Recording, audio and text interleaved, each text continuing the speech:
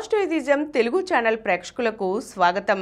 మనం ప్రముఖ సంఘ సంస్కర్త, స్వాతంత్ర్య సమరయోధురాలు, నాస్తికోద్యమ నేత అయినటువంటి శ్రీమతి సరస్వతి గోరా గారి స్వీయ జీవితగాథ గోరాతో నా జీవితం పుస్తకం నుండి ఆమె జీవిత విశేషాలు తెలుసుకుంటున్నాం కదండి.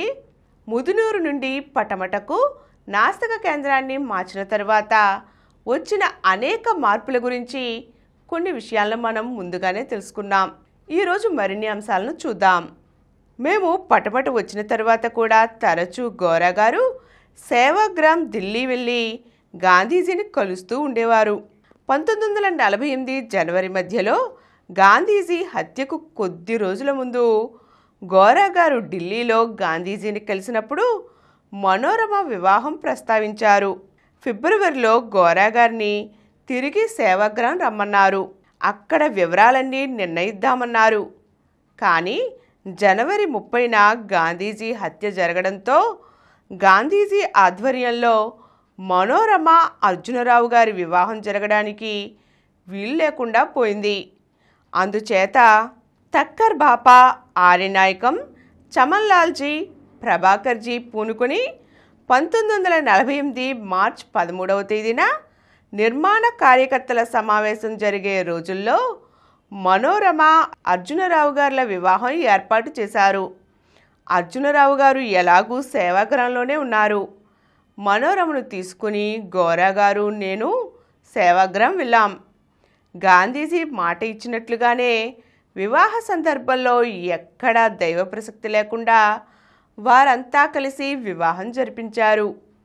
వివాహానంతరం నిర్మాణ కార్యకర్తల సమావేశానికి వచ్చిన అప్పటి ప్రధాని పండిత జవహర్లాల్ నెహ్రూ ప్రత్యేకంగా ఆశ్రమానికి వచ్చి మనోరమ అర్జునరావు గారుల వివాహానికి అభినందనలు తెలియజేశారు. మా పెద్దమ్మాయి వివాహం ఎంతో ఆదర్శంగా గాంధీజీ కుటీరం ముందు సేవాగ్రామ్ ఆశ్రమంలో జరగడం, పండిట్ నెహ్రూ గారు వచ్చి అభినందించడం మాకు చాలా ఆనందం కలిగించాయి. ఇంతటి ఆదర్శం మీద నిలబడిన మనోరమకు నేను తల్లిని కాగలిగినందుకు ఎంతో గర్వించాను.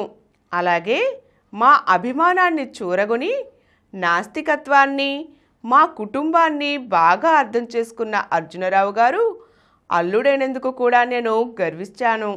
మనోరమ అర్జునరావు గారి వివాహ విషయంలో అభినందనలు, వ్యతిరేకతలు రెండూ వచ్చాయి. అయితే మా బంధువులందరూ వెంటనే సర్దుకుపోయారు. మేము పటమటలో ఏ మామిడి తోటలో అయితే ఉంటున్నామో దాని యజమాని అన్నీ తెలిసే మమ్మల్ని ఆహ్వానించినా మనోరమ వివాహాన్ని ఒక సాకుగా తీసుకుని మా వల్ల వర్ణ వ్యవస్థ, కుల మర్యాద దెబ్బతింటున్నాయని ఇవాళ మా కూతుర్ని ఒక హరిజన్కి ఇచ్చి వివాహం చేసి తరువాత ఇతరుల పిల్లల్ని కూడా అలాగే చెయ్యమని కోరతామని, మేము మాట్లాడినంత వరకు బాగానే ఉందని, కానీ ఇంత తొందరగా ఆచరించటం చిక్కులు తెచ్చిపెడుతోందని, కనుక మమ్మల్ని సమర్థించలేనని ఆయన గ్రామంలో అందరికీ చెప్పారు. ఆయన తిన్నగా సూటిగా మమ్మల్ని కలిసి తన తోటలో నుంచి వెళ్ళిపోమని చెప్పలేదు. బహుశా అలా చెప్పి ఉంటే చాలా బాగుండేది. కానీ ఆయన చట్టాన్ని ఆశ్రయించి మేము తమ స్థలాన్ని అన్యాక్రాంతం చేశామని, మమ్మల్ని ఆ స్థలంలో నుంచి ఖాళీ చేయించమని కోర్టులో కేసు వేశారు. మేము అప్పటికి పటమట వచ్చి 1 సంవత్సరం కూడా కాలేదు. ఏమిటి చెయ్యాలా అని ఆలోచిస్తున్నాం. ఈ విషయం తెలియగానే పటమట గ్రామస్తులకి, ముఖ్యంగా చెన్నుపాటి రామకోటయ్య గారికి, శేషగిరిరావు గారికి చాలా కోపం వచ్చింది. దీనిని వారు అవమానంగా భావించారు. రామకోటయ్య గారి పొలాలు బందర్ రోడ్డు పక్కన విజయవాడ వెళ్లే దారిలో ఉన్నాయి. అందులో జొన్న వేసిన 1 అరెకరం భాగాన్ని కోసి వెంటనే 2 రోజుల్లో 2 పాకలు వేసి మమ్మల్ని అక్కడికి మార్పించేశారు. ఈ హఠాత్ పరిణామాలకు నాకు భయం వేయలేదు, కానీ ఆశ్చర్యం వేసింది. అయితే గ్రామస్తుల అభిమానం ఇంత ఎక్కువగా చూరగలిగినందుకు చాలా సంతోషం కూడా అనిపించింది. పటపట వచ్చి సంవత్సరం కూడా కాకుండానే చెన్నుపాటి రామకోటయ్య గారు, శేషగిరిరావు గారు ఇచ్చిన కొత్త స్థలంలోకి మారిపోయాము. గత 40 సంవత్సరాలుగా ఇక్కడే మా నాస్తిక కేంద్రం స్థిరపడిపోవడం, శాశ్వత స్థావరం ఏర్పడడం మాకు ఎంతో సంతోషాన్నిచ్చింది. రామకోటయ్య గారి స్థలంలో మేము స్థిరపడగానే చిన్న ప్రింటింగ్ ప్రెస్ ప్రారంభించాం. సంఘం వారపత్రిక ప్రారంభించాం. ప్రెస్ పనిని లవణం నేర్చుకుని వచ్చినా ఒక్క లవణంతోనే పని కాదు కదా. అందుచేత ముందుగా ప్రెస్ పని నేర్చుకున్నది మా రెండో అమ్మాయి మైత్రి. ఇది అందరికీ చాలా ఆశ్చర్యంగా అనిపించేది. ఈరోజు మనం మనోరమ గారి వివాహం తరువాత జరిగిన కొన్ని సంఘటనలు తెలుసుకున్నాం కదండి. మరిన్ని అంశాలతో మళ్ళీ కలుద్దాం.